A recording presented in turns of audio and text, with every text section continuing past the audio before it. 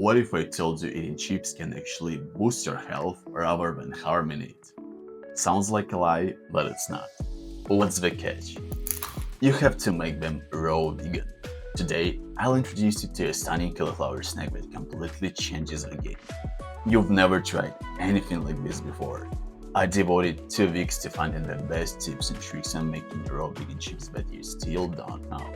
In this video, you'll get the ingredient list, the flavor profile, detailed food prep steps, and a nutrition breakdown. Furthermore, you'll learn 3 hidden mistakes in making perfect raw vegan chips with no experience.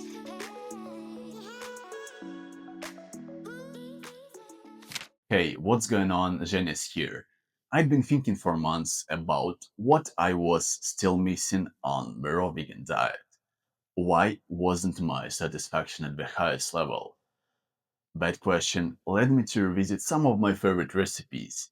I already rolled raw vegan sushi, I blended the best protein smoothies, I even invented a new raw vegan pizza. But there was still one thing I couldn't replace from my previous life. Yes, chips. This is what I wanted so deeply, and it's time to fix it. Let's take a look what you'll need on your shopping list.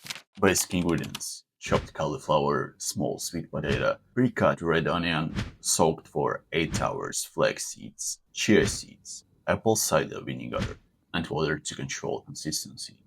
Spices for aroma: a bit of pink salt, black pepper, coriander, a spicy red paprika powder, and mustard powder.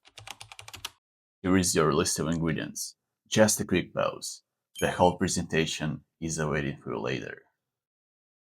The recipe is designed to match this ideal flavor profile. Earthiness and spiciness are leading. Each note makes it sound like music. Now, let's orchestrate it. Strategy. Right away, let's begin with mistake number 1. A lack of understanding of the equipment set can cause failure before you even start. Fundamentally, we've got 2 slightly different branches depending on the equipment you use. Way number 1, what I showed today with details. When you have a standard blender and a stackable dehydrator, the formula is simple. Blend the key ingredient with a small amount of water to ensure the mix runs smoothly, even with a weak blender. Then we eliminate the excess amount of moisture in a way I'll show you later. Next, it goes straight on the tray.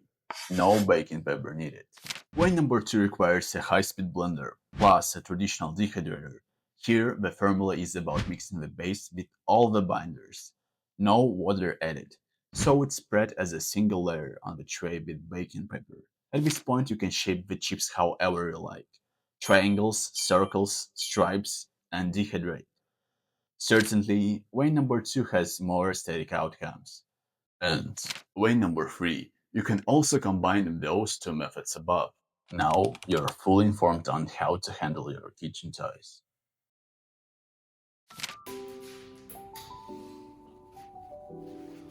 Let the show begin.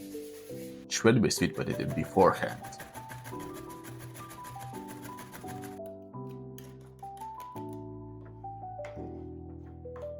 Now we're making the base.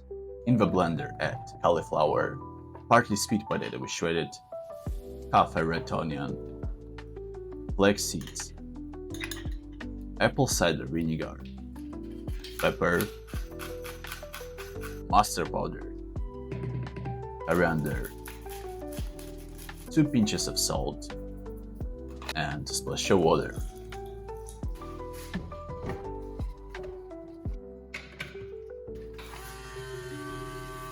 Blend until you see a creamy consistency.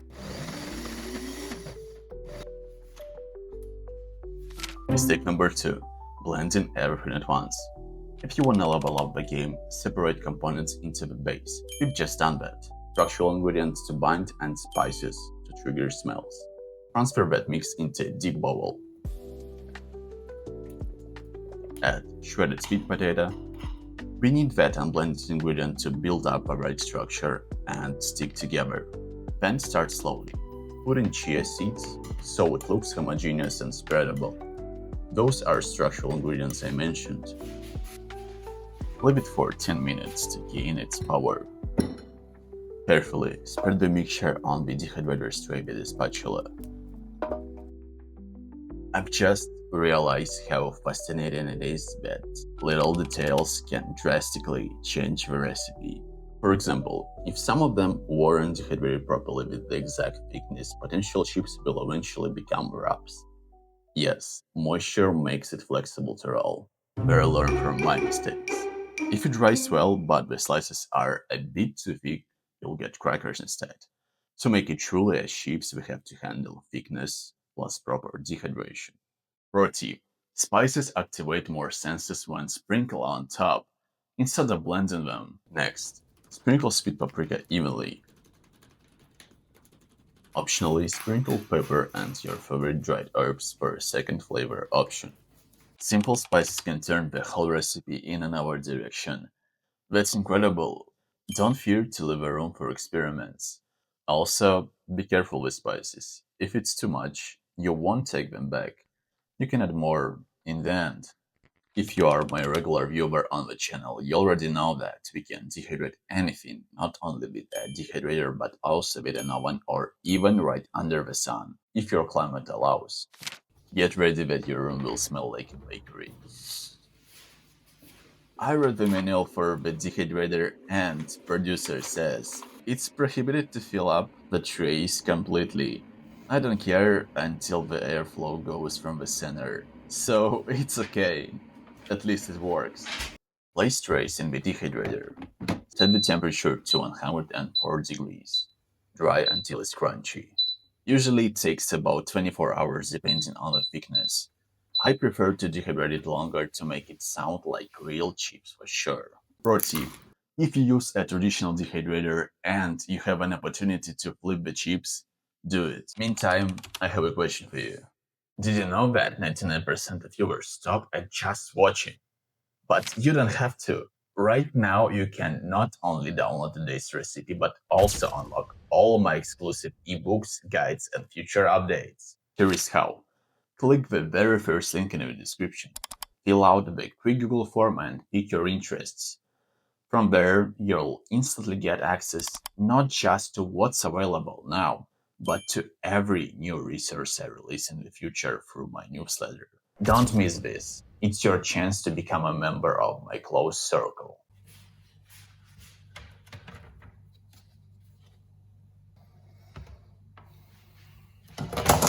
Stay still, bro. I need ya. I didn't show you the other side of this method. Look at this. Wow. I had no idea that having a cheaper dehydrator could be even a great advantage in terms of shaping chips this way. The holes in the tray made the mixture go down a bit. I like it anyway. Remove the sheets from the trays. Break into individual chips. Mistake number 3. If you store them wrong, all the crispness disappears. The chips stay great for a full week, but don't leave them just on the table.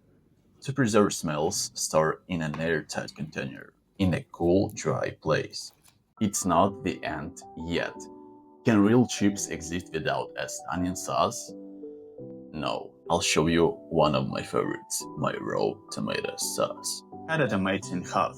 Grate its flesh until the only skin remains. Cut the skin finely. Put it in one bowl with the flesh. Add 3 finely minced garlic cloves to the grated tomato. Season with a pinch of pepper, dried oregano, and basil. Mix them well. Congrats, we succeeded. This is what I love about homemade recipes. They don't look overly perfect. Just listen to the sound. Are you curious about the taste?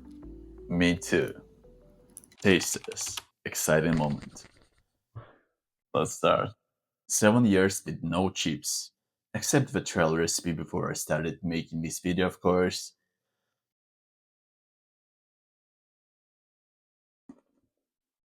If I were given those chips without knowing they're raw vegan, I'd never say so. I like the best spicy option with sprinkled red pepper. It's highly addictive. Wow, so crunchy. I give it a 5-star rating. This is so cool.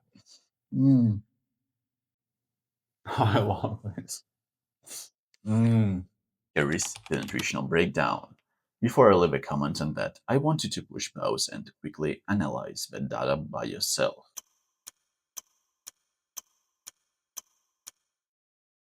Okay, in this recipe, I won't be talking about calories. You already see that you can eat the chips and still lose weight. Where have you seen chips that contain all 9 essential amino acids? Sounds like a fairy tale, right? Our chips are also packed with a bunch of vitamins. As you can see, this recipe and regular chips are both processed foods, but here you choose the healthier option. What's the best time to eat these chips? Breakfast? No. Lunch? Maybe, but I prefer something more fulfilling in the middle of the day. Dinner snack? Yes, yes, yes. In this case, ingredients are light to digest before sleep and perfect for a late evening snack with no guilt. Why do I make this recipe so rarely? Just two words explain everything. Water content. When you pull too much water out of your ingredients, your body has to take water from its own cells just to process the dehydrated food. That's why I prefer keeping things as close to their natural state as possible, at least the core parts. Sounds scary until you combine this snack with our high water content recipes, soups or salads. I practice this so often. Thank you for staying with me till now. I'm pretty sure you got enough experience to try my heavy weapon. Level up your game with my new raw vegan hot dog recipe. Watch it next, and I'll see you there.